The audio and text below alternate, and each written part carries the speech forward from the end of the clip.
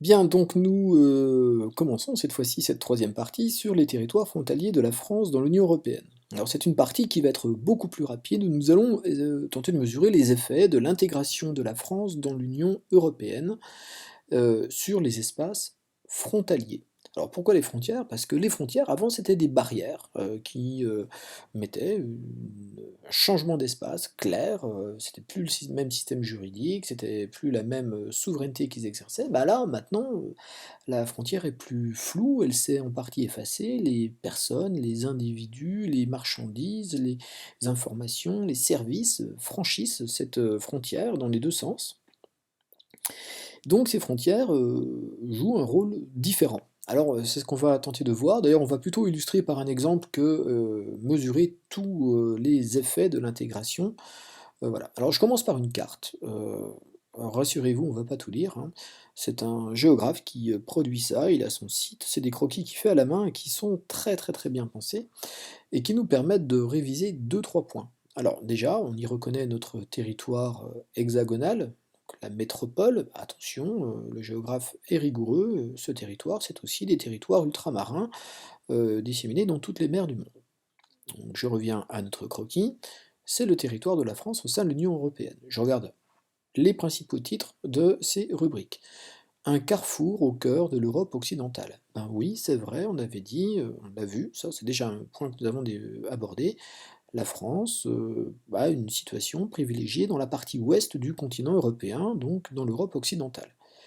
On est en bordure de cette dorsale européenne, représentée ici en rose, hein, sous forme d'une grande échelle, dorsale européenne, que moi j'ai appelée la mégalopole européenne, qui est parcourue par un axe de circulation qui est l'axe rhénan, et qui est ici prolongé par un axe qui va jusqu'en Italie du Nord.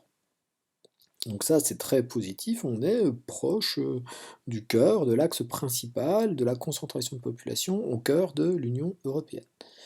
Les deux parties suivantes nous montrent que des régions françaises sont plutôt gagnantes et d'autres plutôt perdantes dans l'intégration avec l'Union européenne. Et là, en fait, ce que nous montre ce coquille, c'est qu'il y a des parties du territoire qui sont bien intégrées à l'espace international et à l'espace mondial. Et on retrouve des choses que nous avions vues dans l'organisation du territoire.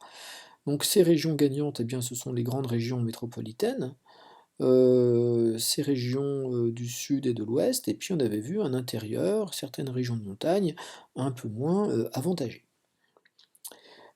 Enfin, point que je trouve intéressant sur ce croquis, ce sont ces petites flèches là, qu'on va trouver beaucoup sur le nord, l'est du territoire, et qui nous indiquent que nous avons ici des territoires avec des régions transfrontalières, elles sont ici, fortement connectées. Ça veut dire qu'il y a beaucoup de liens avec les États voisins.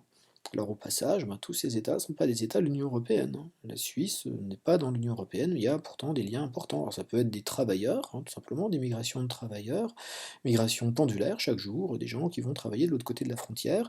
Ça peut être simplement des liens touristiques, voilà. Alors moi qui étais lillois, quand on habite à Lille, hein, on franchit la frontière belge, on se retrouve dans des villes comme Courtrai, Tournai, qui sont à une dizaine de kilomètres, on peut aller y passer un dimanche, on peut y faire des courses, enfin voilà, on est dans le même territoire, donc il y a une forte intégration. On voit que d'autres territoires, principalement ruraux, vont avoir peut-être du mal à se connecter, et c'est le cas notamment quand ici on est sur une frontière importante. Frontière importante, frontière plus bloquante, comme c'est le cas avec les Pyrénées, qui ont un effet de barrière qui va rendre moins facile l'intégration et le développement de relations transfrontalières. Pourtant, votre livre, il a choisi justement ce territoire-là pour montrer que même ici, eh bien, il y a des effets. Alors on y va. La frontière franco-espagnole, de la frontière à l'espace transfrontalier. Ça, c'est une expression extrêmement intéressante. Il y a quelque chose qui se passe autour de la frontière. Donc déjà, on décrit un peu notre territoire. Donc pour la France et pour l'Espagne, il va y avoir des régions frontalières. Donc on les avait ici dans le livre. Ces régions, c'est la Nouvelle-Aquitaine et l'Occitanie du côté français. C'est un peu plus compliqué du côté espagnol, puisqu'on va trouver l'Aragon, la Catalogne, le Pays basque et la Navarre.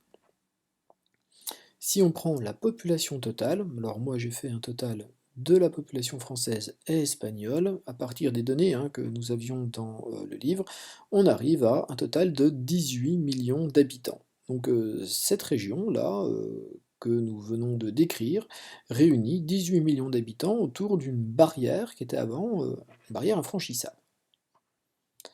Eh bien, il y a une coopération transfrontalière européenne. Alors cette coopération transfrontalière européenne, comme son nom l'indique, on coopère par-dessus la frontière, malgré la frontière, eh bien c'est une politique volontaire, la CTE, vous pouvez le retenir sous forme de sigle, ensemble des politiques, donc des mesures mises en œuvre par l'Union européenne pour développer les liens entre des territoires séparés par une frontière.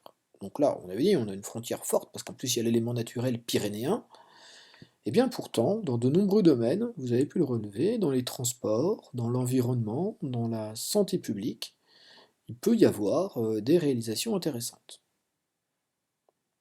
Donc pour les transports, on avait l'exemple d'une ligne ferroviaire Eurocité, donc nommée évidemment pour son caractère international, Eurocité, entre Bayonne, en France, et San-Sébastien en Espagne, et le développement de cette ligne ferroviaire facilite les déplacements et réduit la circulation automobile. Ce qui montre aussi que si on a besoin de réduire la circulation automobile, c'est qu'il y a déjà un lien important entre ces territoires.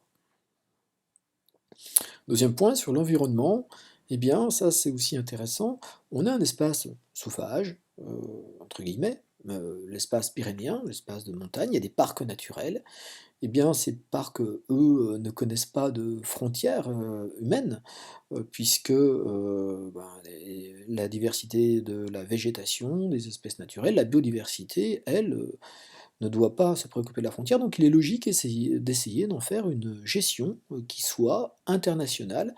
Donc on a un parc naturel pyrénéen financé par l'Union européenne.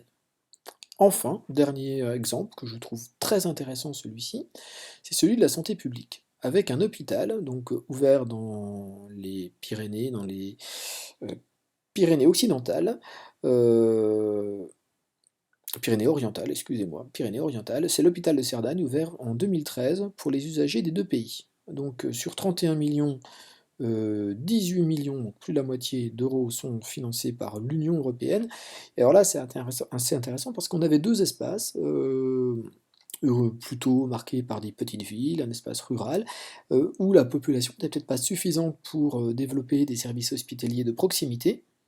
Ben là, si on réunit ces deux régions avec des populations qui deviennent un peu plus importantes, si on réunit le côté espagnol et le côté français, eh bien on peut développer un hôpital, cette fois-ci, qui a un caractère européen. Et donc là, on voit bien que notre frontière, elle joue plus du tout un rôle de séparation, mais au contraire, elle permet de relier des territoires et de les rendre peut-être plus efficaces en développant une coopération internationale franco-espagnole ici.